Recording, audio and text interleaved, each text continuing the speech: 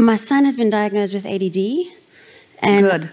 Good? Okay. Because this is a boring world that doesn't move nearly as fast as his energy does.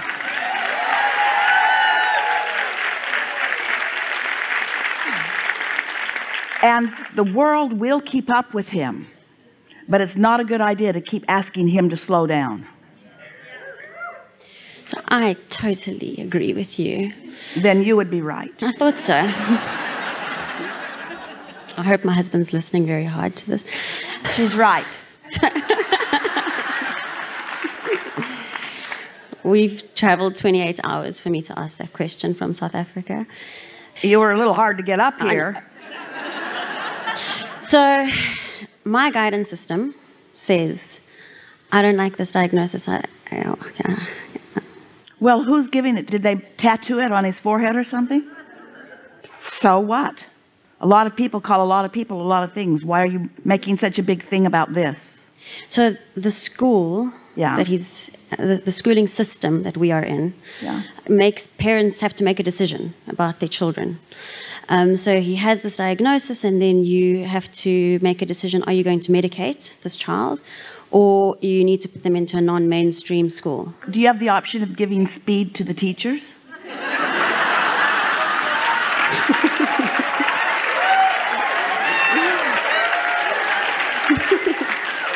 Probably not. Well, no, it's not this particular school. But when they told us that he's ADD through behavioral analysis and through some tests, what they described sounded just like me. And so I thought, okay, well, then I must have had ADD my whole life, and yet I'm still okay. This is why this conversation is such a good one to have. So just relax and enjoy this a little bit, and then we'll talk specifically about what we would do. Contrast helps you to decide.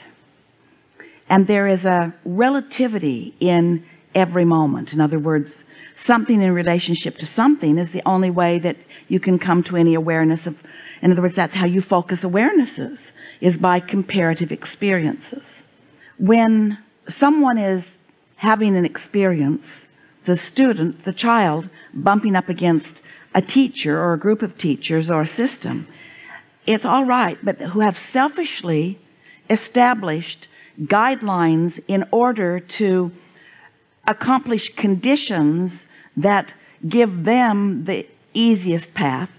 It's much easier if you're not up to speed with someone to slow them down. That's what Esther occasionally would say to us. Abraham, I know that I'm in a funk. I'm not in a very good place, and I can't seem to jump the track or get myself up to speed with you. So just join me here in this lower vibration for just a little while until I catch my balance. And she didn't get any satisfaction from that, because we are not lowering our vibration. She must make her vibration higher.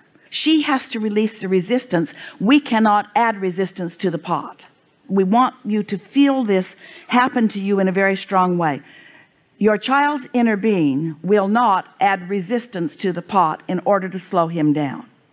But think about all of the people who surround you. You want your children to be quiet, or you want someone to be different than they are. It's a very conditional life that most people are living. And so most teachers want behavior more than they want eagerness and fascination and learning. So a teacher who wants to medicate a very interested child is a teacher who doesn't want to be up to speed with their ability to learn. But we want to let this teacher off the hook too, because we want this child to be able to find vibrational harmony with his inner being, not with his teacher. With his inner being, not with his mother or with his father. Everyone would benefit if the system that is surrounding them would call them out and demand that they be different than they are able to be, because at an early age they might have a chance of reaching for the relativity between their inner being and their source, rather than trying to find relativity between things and situations and people who are going slower. Did that register with you? In other words, everything is relative, and we want all of you to seek relativity. That's what we've been saying is vibrational equivalency. with your inner being and the energy of your inner being, rather than with those that are going. In other words, there are hateful people all over the planet. We don't want you to lower yourself so that they will understand you better. Would a teacher say, your son is too loving and we are too hateful, we need to torture him a little? It's the same conversation.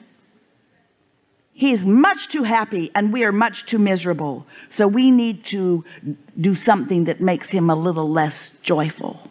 This is the same conversation. And so to medicate is to slow your ability to receive.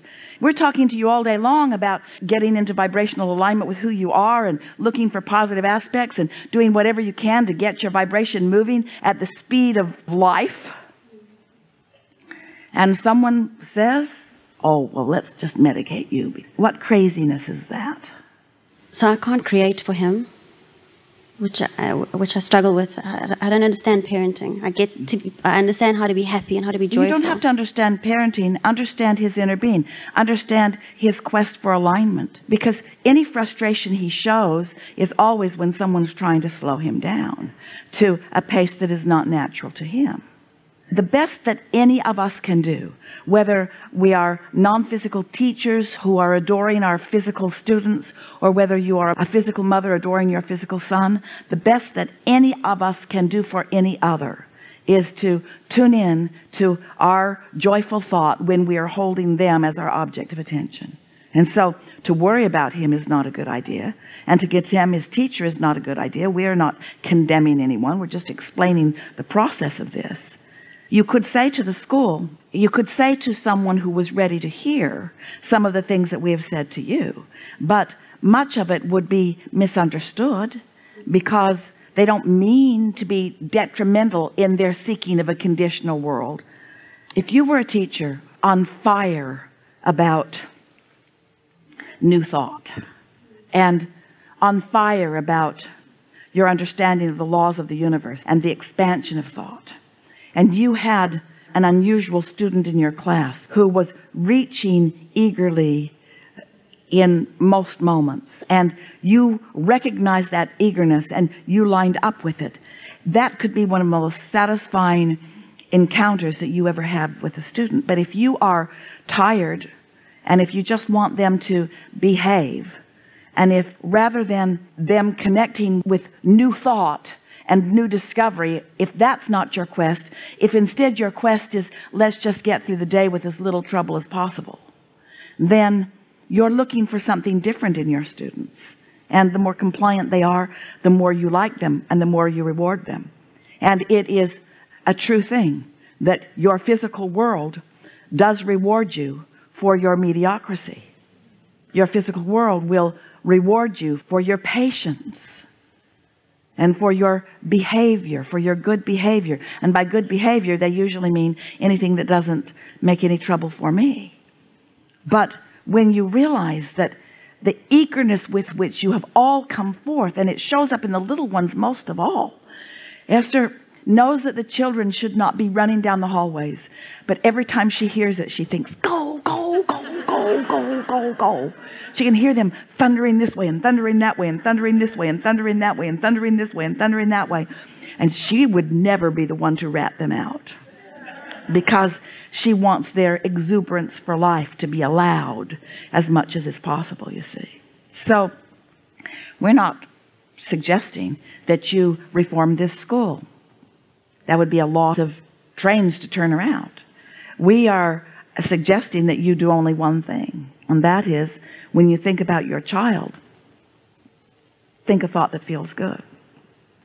In fact, our strongest encouragement to parents is talk to your children as much as you possibly can, but only when you feel good. Talk to your children in every moment you can, but only when you feel really good. Talk to them constantly, but only when you feel good. And let none of your conversation to them be happening when you're not feeling good, because you're, in essence, drugging them with resistance, slowing them down to your level of tolerance. This may be the best conversation relative to children and parents that we've ever had, you see.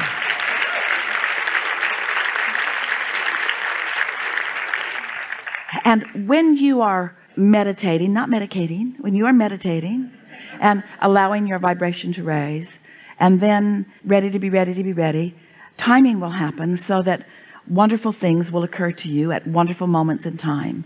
And you may be able to make some points that will make things go a little easier. But if it comes right down to it, this is the attitude that we would have if we were you, the parent, standing in your parent's shoes. This would be our message to anyone who is asking. I want my child to receive and give benefit wherever he is. I want the most that he can experience to be his experience. And I've learned from my close exposure to him that not only can I not slow him down, but I wouldn't if I could. In fact, every day of my life, I strive to keep up with him. I strive to keep up with his clarity, with his enthusiasm, with his love of life, with his insatiable thirst for knowing more. It feels to me that he is the teacher of me, and I will never be one who slows him down. And maybe a teacher who is hearing that, maybe the right teacher who is hearing that, will recognize the depth and breadth and power of your message.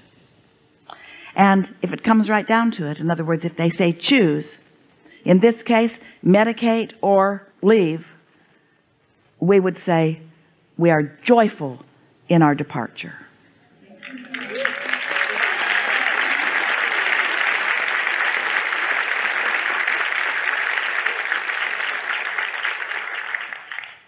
Thank you. Yeah. It's an interesting thing, isn't it? How groups, the more they gather, sort of encourage conformity, which really leads to the undoing of the group, because it just becomes so boring. Because if you're not expanding, then there's no new juice. And so the conformity must be coming from a place of guardedness. It must be coming from a receiving of things that you're worried about.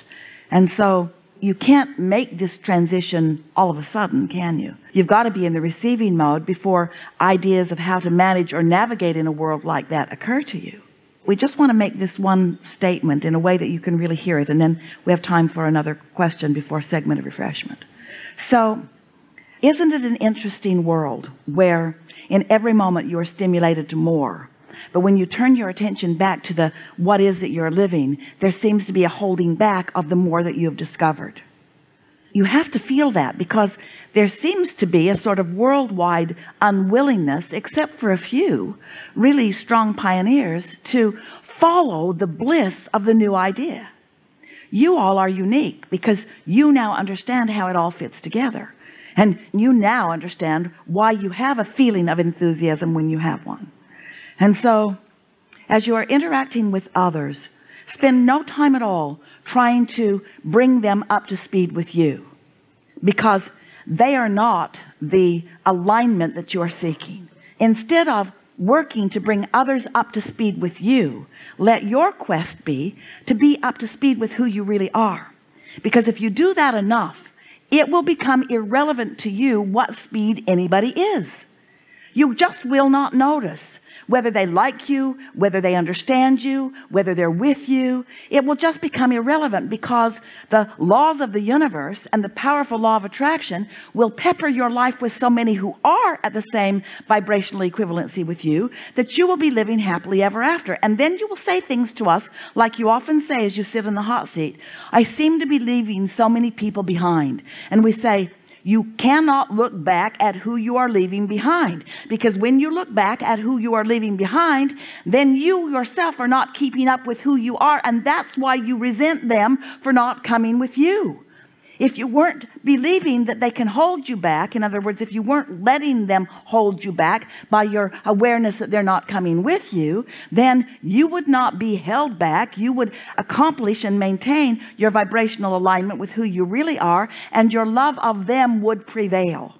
And they will thrive in your love of them, but they will not thrive in your resentment of them.